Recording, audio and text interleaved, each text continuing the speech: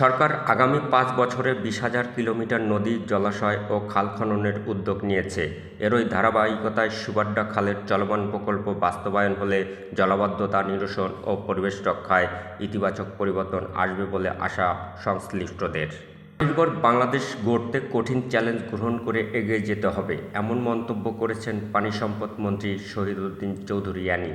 বুধবার সকালে কেরানীগঞ্জের সুবাড্ডা খালসহ একাধিক খাল পরিদর্শন শেষে সাংবাদিকদের সঙ্গে আলাপকালে তিনি একথা বলেন। মন্ত্রী বলেন, খনন কর্মসূচি একটি বিপ্লব ও আন্দোলন এবং এর সূচনা করেছিলেন শহীদ প্রেসিডেন্ট জিয়াউর রহমান।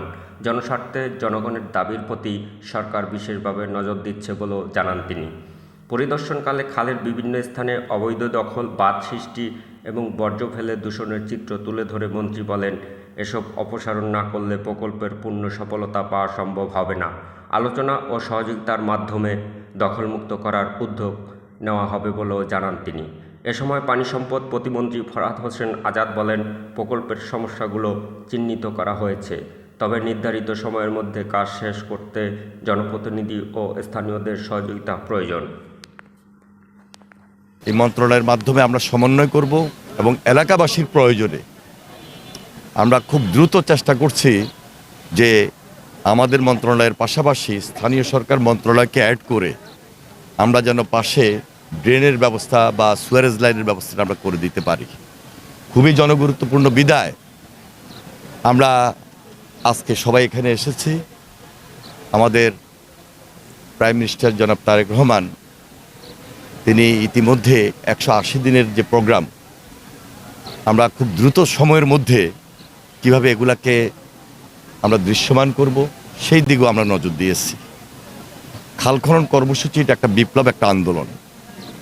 প্রেসিডেন্ট যে এই আন্দোলনটা শুরু করেছিলেন, মাঝপথে এটা অনেক বাধা বিপত্তির মধ্যে পড়ে।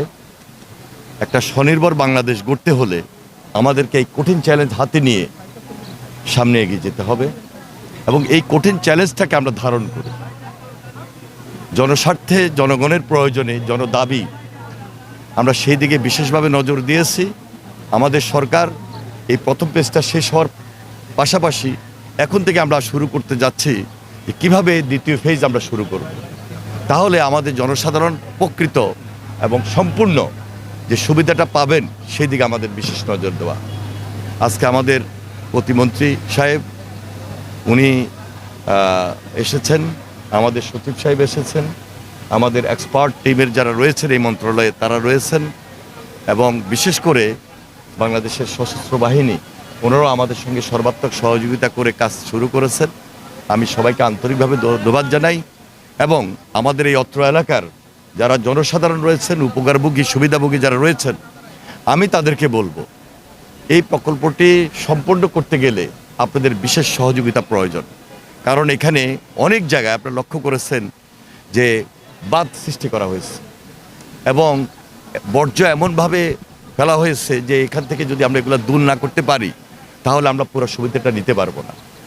অনেক জায়গায় অবৈধভাবে অনেক দোকান, বাড়িঘরও নির্মিত হয়েছে। সব কিছু মিলে আমাদের জনস্বার্থে সবার সঙ্গে আলোচনার সাপেক্ষে পাশাপাশি আপনাদের সহযোগিতার মাধ্যমে আমরা সব কিছু নিষ্পত্তি করতে চাই, সমন্বয় করতে চাই এবং সম্পূর্ণ উপকারটা নিতে চাই। আশা করি আমরা এই প্রোগ্রামটাকে, এই প্রকল্পটাকে চ্যালেঞ্জ হিসাবে নিয়েছি এবং এই এলাকার স্বার্থে আমরা সেই চ্যালেঞ্জটাকে গ্রহণ করে সুবিধাটা জনসাধারণের মাঝে পৌঁছে দিতে সক্ষম হব। সবাইকে অসংখ্য অসংখ্য ধন্যবাদ। হবে না বিদায় আমরা জনস্বার্থে খুব গুরুত্ব দিয়েছি।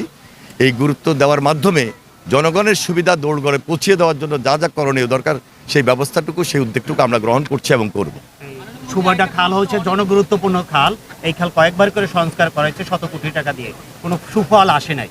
এইবারে আপনি যে প্রকল্পটা আবার শুরু করেছেন, আসলে কতটুকু সুফল আসবে এই বিষয়টি? আমরা সুফল আসবে বিদায় এই কাজটুকু আমরা অব্যাহত রাখবো এবং এই জনসাধারণের প্রয়োজনে আমরা গুরুত্ব দিয়েছি। জনগুরুত্বপূর্ণ এই প্রজেক্ট এবং এটা আমাদের খুব কঠিন চ্যালেঞ্জ নিয়ে আমাদেরকে মাঠে কাজ করতে হচ্ছে।